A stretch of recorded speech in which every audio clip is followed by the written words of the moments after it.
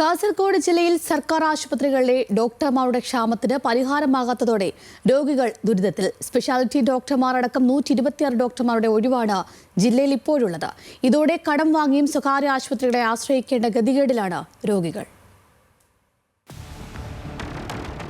കാസർഗോഡ് ജില്ലയിലെ സർക്കാർ ആശുപത്രികളിൽ സ്പെഷ്യാലിറ്റി ഡോക്ടർമാരടക്കം 120 ഡോക്ടർമാരുടെ കുറവാണ് നിലവിൽ മാത്രമുള്ളത്. പ്രസവരോഗ വിദഗ്ധ, എല്ലുരോഗ വിദഗ്ധ, ശിശുരോഗ വിദഗ്ധ ഉൾപ്പെടെയുള്ള പ്രധാനപ്പെട്ട ഡോക്ടർമാരടക്കം ജില്ലയിൽ നിലവിലില്ല. ഇപ്പോഴുള്ള 3 ഗൈനക്കോളജിസ്റ്റുകൾ ഈ വർഷം സർവീസിൽ നിന്ന് വിരമിക്കുന്നതോടെ കാര്യങ്ങൾ കൂടുതൽ അവതാളത്തിലാകും.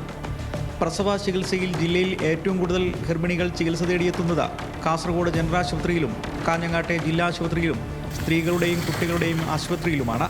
ഇവിടെയെല്ലാം തട്ടിയും മുട്ടിയുമാണ് കാര്യങ്ങൾ നടന്നു പോകുന്നത്.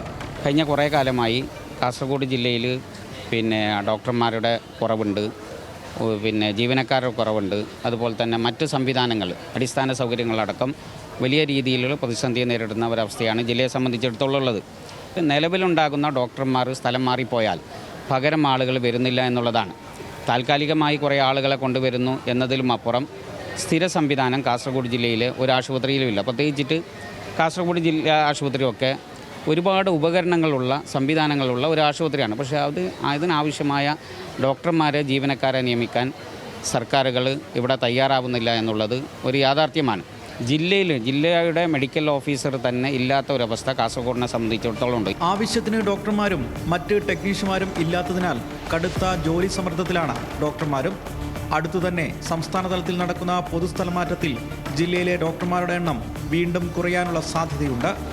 കെട്ടിടമടക്കമുള്ള ഭൗതിക സാഹചര്യത്തിൽ ജില്ലയിലെ ആരോഗ്യമേഖല മുന്നേറ്റം കൈവരിച്ചിട്ടുണ്ടെങ്കിലും ഡോക്ടർമാരും നഴ്സുമാരുടെയും മറ്റും ആരോഗ്യ പ്രവർത്തകരുടെയും കുറവ് പരിഹരിക്കാൻ സർക്കാരിന് സാധിച്ചിട്ടില്ല എന്നത് വസ്തുതയാണ്.